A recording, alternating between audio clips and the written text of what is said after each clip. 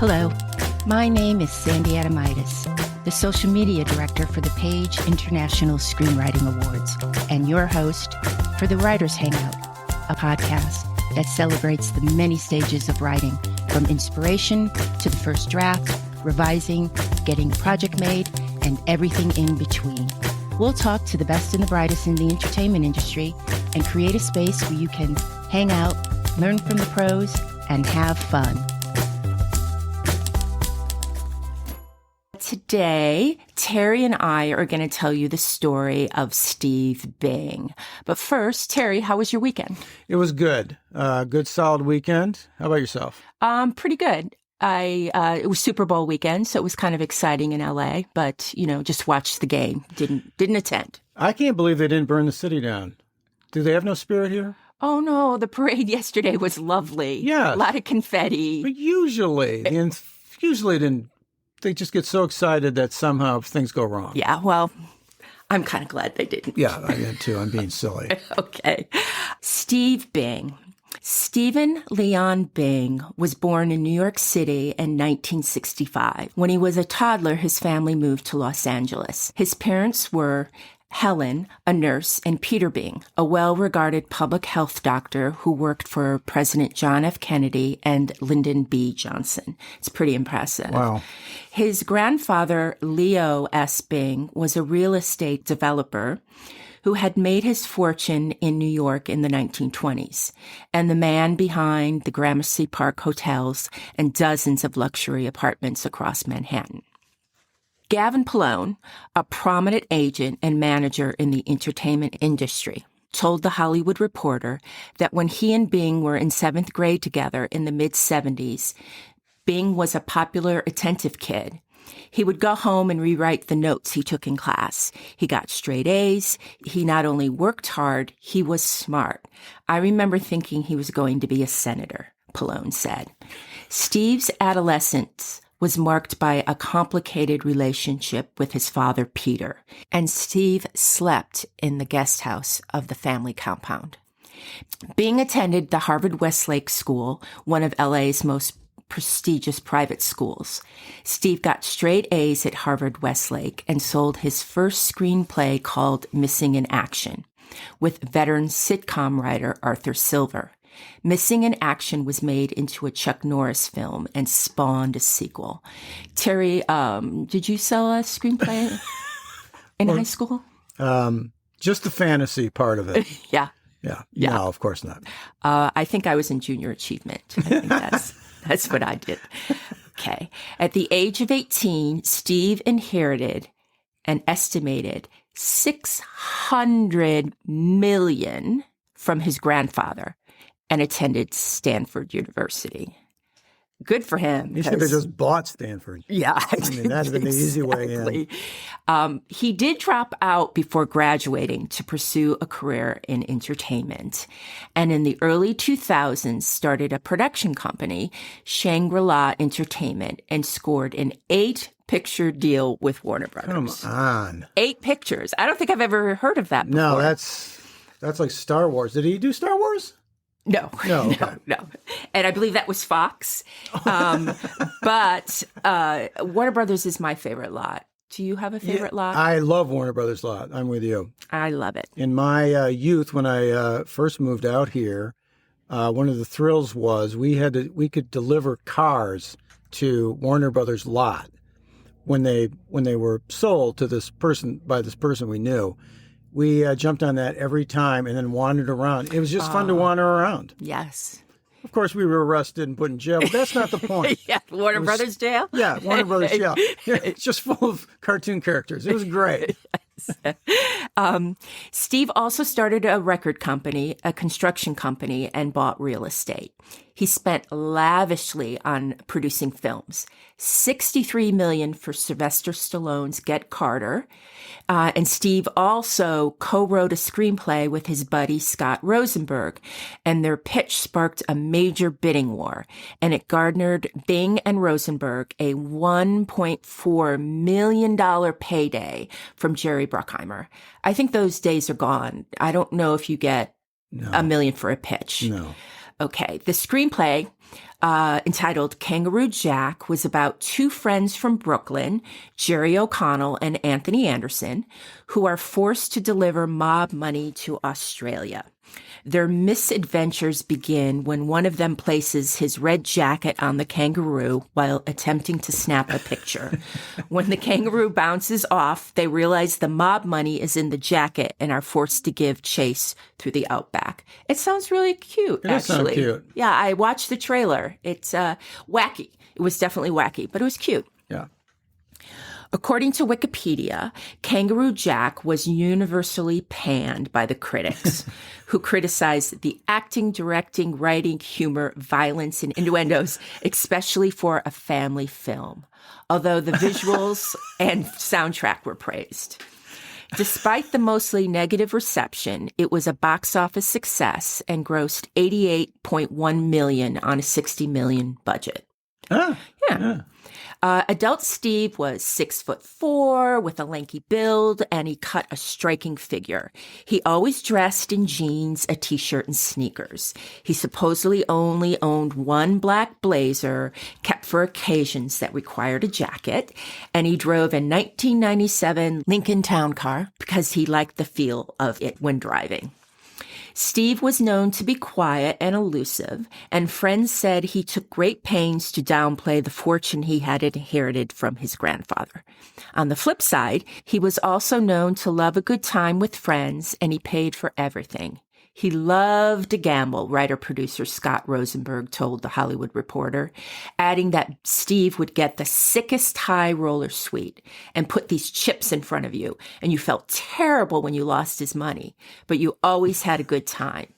Hollywood producer Brian Grazer said, if you were his friend and he liked you, he immediately wanted to pay for things and get things done. He was that guy, an extreme enthusiast. We're going to Hawaii. Let's laugh. Let's have fun. Insane. Wildly generous. Steve never married, but dated a lot of celebrities, including Sharon Stone, Liv Tyler, Uma Thurman, Sheryl Crow, and Elizabeth Hurley. In the early 2000s, his personal life became tabloid fodder when he became the subject of two sensational paternity cases. Steve sued billionaire Kirk Kerkorian for invasion of privacy. Steve alleged that the convicted criminal's private investigator, Anthony Pellicano, took Bing's dental floss out of his trash to collect his DNA.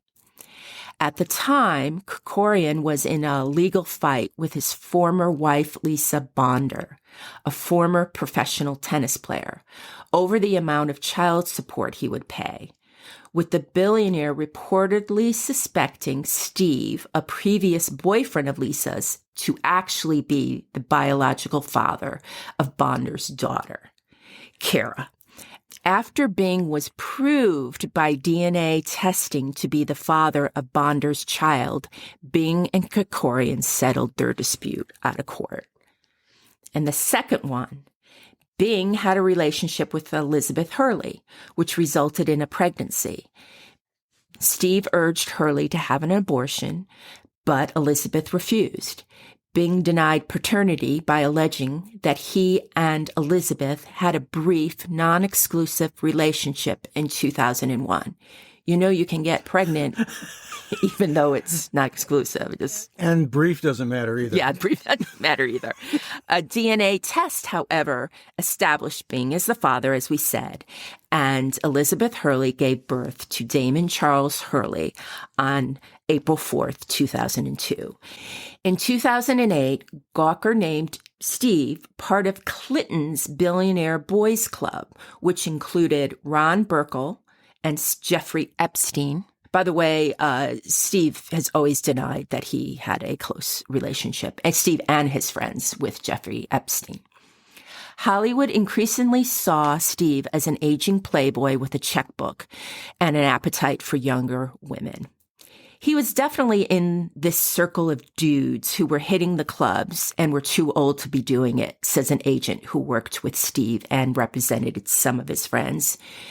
You're in your mid-40s and you're hitting Tao 3 times a week. There's something slightly pathetic about that. Others say, yes, Bing lived a glamorous life, but he was also a deeper, complicated figure. He was much more than sensational headlines. Steve shunned fame, yet was surrounded by celebrities and power brokers.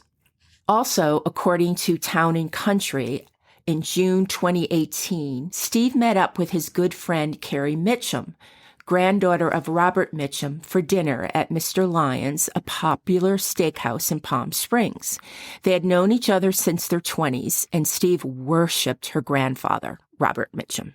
He once said his most prized possession was a framed note on stationery from the Four Seasons Hotel, letting him know that Robert Mitchum would join him for lunch, a meeting arranged by his girlfriend at the time, Sharon Stone. Steve told friends that if his house burned down, the note was the only thing he'd save. That night, Carrie's niece, Alex Ann Mitchum, joined them.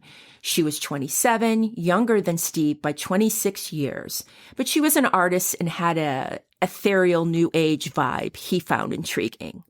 Despite the age difference, he saw in her a kindred spirit, and soon the unlikely couple were inseparable. A child of actors, she had also suffered a bittersweet upbringing, and she shared his cynical view of Hollywood.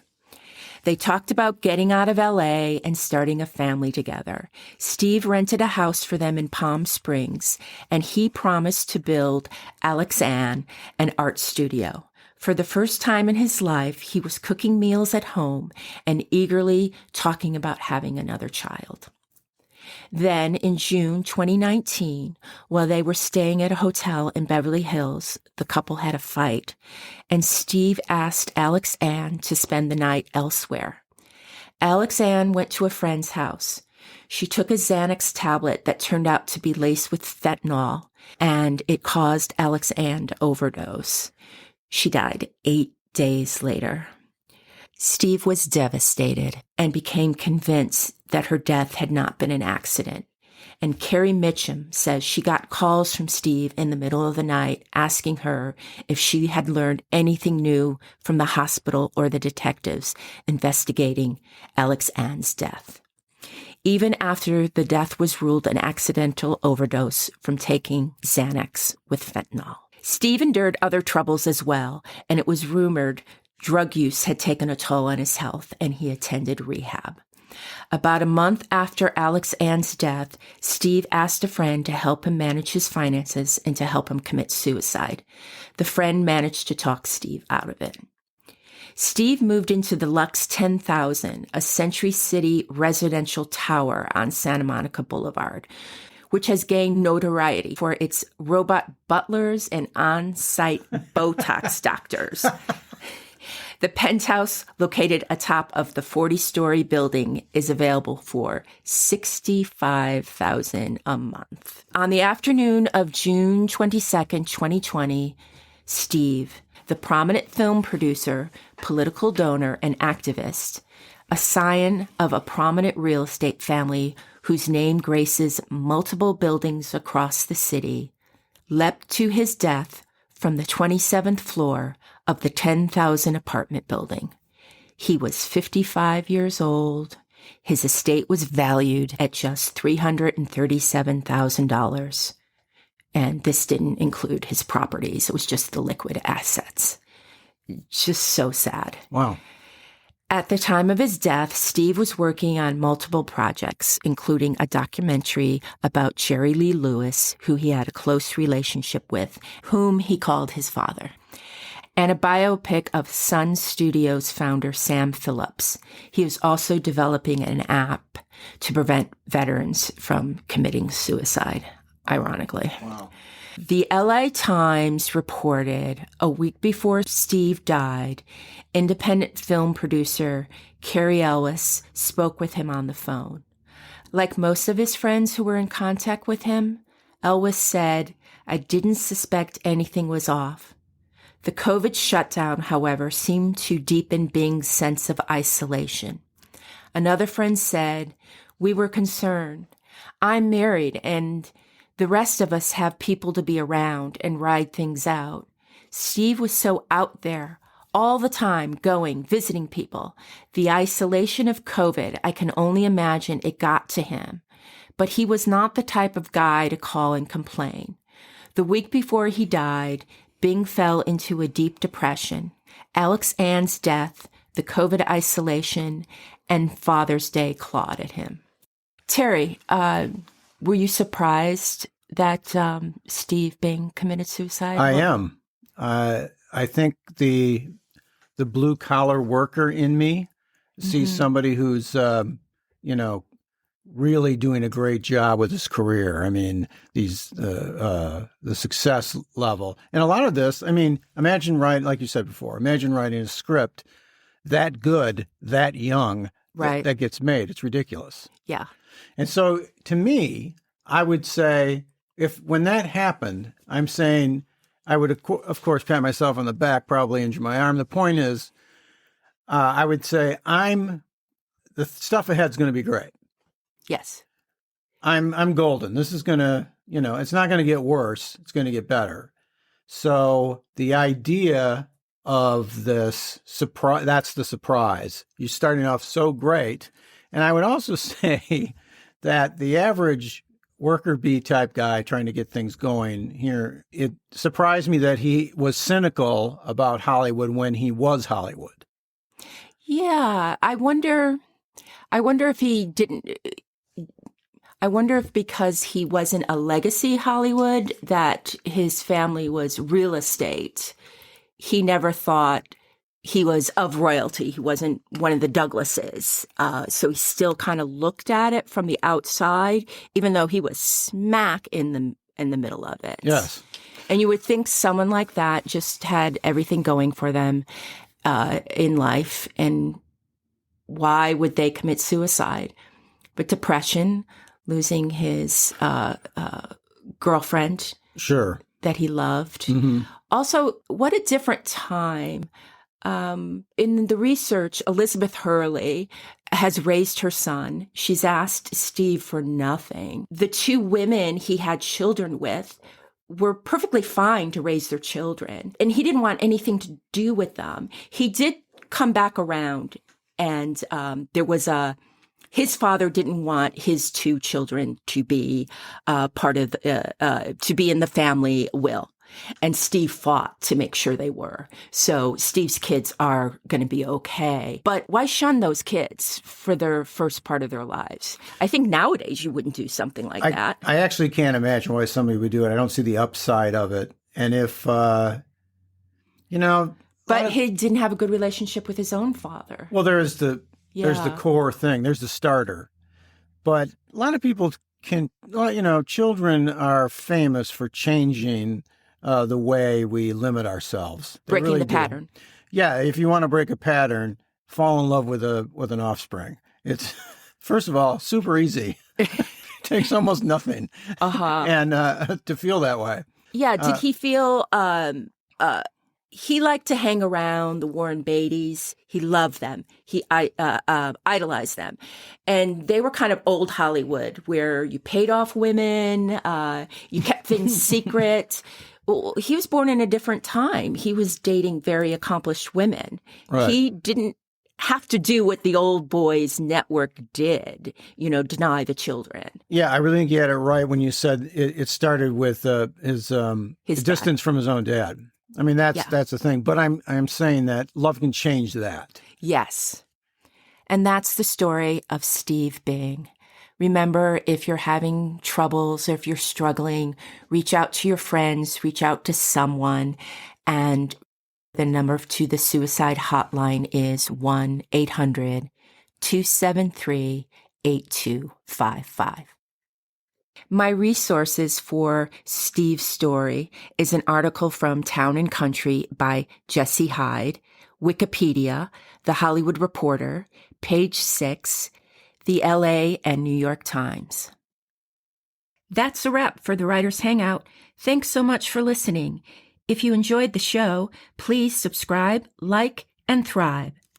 Till we get to hang out again, keep writing. The world needs your stories. The Writers Hangout is sponsored by the Page International Screenwriting Awards. Executive producer, Kristin Overn. Producers, Terry Sampson and Sandy Adomaitis. Music by Ethan Stoller.